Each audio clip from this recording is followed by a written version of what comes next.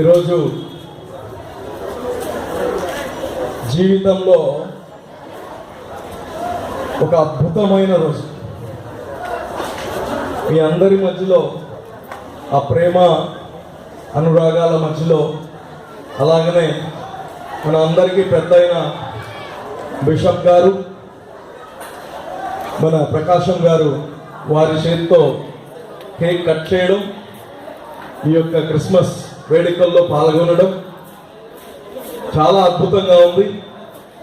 భగవంతుడు నన్ను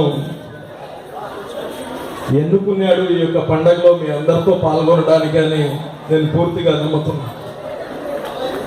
మరి ఈరోజు యేసుక్రీస్తు మన కోసం రక్షకుడుగా వచ్చారు. మన కోసం, మన అందరిలో మార్పు రావడం కోసం, మనకు మన తోటి ప్రజలకి ప్రేమించడం నేర్పించడం కోసం, శాంతి మన జీవితాల్లో రావడం కోసం మళ్ళా వారి జన్మదినం మనం 25వ తారీఖు చేసుకోబోతున్నాము. మరి మీ అందరికీ ఈ యొక్క ప్రీ క్రిస్మస్ శుభాకాంక్షలు తెలియజేస్తున్నాను. మరి మనందరం యేసయ్య చూపించిన మార్గంలో నడవాల్సిన అవసరం ఉందా లేదా? ఉందా లేదా? బైబిల్లో 36 దగ్గరలో మన నైబర్స్ ని ప్రేమించమని ఉంది. నైబర్స్, వాళ్ళు హిందూస్ కావచ్చు, ముస్లిమ్స్ కావచ్చు, సిక్కులు కావచ్చు, ఎవరు కానీ neighbour is a neighbour, right? అవునా కాదా? అవునా కాదా?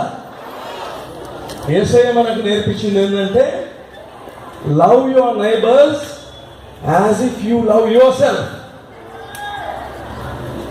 మన తోటి వారిని ప్రేమించాలి. ఎలా? మన వలె. మనం ఎలా అయితే మనల్ని మనం ప్రేమించుకుంటామో, మన కుటుంబాన్ని ప్రేమించుకుంటామో, మన బిడ్డల్ని ప్రేమిస్తామో, మన తల్లిదండ్రుల్ని ప్రేమిస్తామో, అలాగా మనం ప్రేమించినప్పుడే నిజమైన యేసయ్య చూపించిన మార్గంలో పోయిన వాళ్ళు అవుతాం. ఎప్పుడైతే మనం పక్కన వారిని ప్రేమిస్తామో, మన నైబర్స్ని ప్రేమిస్తామో, ఒక కమ్యూనల్ హార్మనీ క్రియేట్ అవుతుంది. ఎక్కడ ఈరోజు చూస్తున్నాం మనం, ప్రపంచంలో ఎక్కడ చూసినా యుద్ధాలు అయి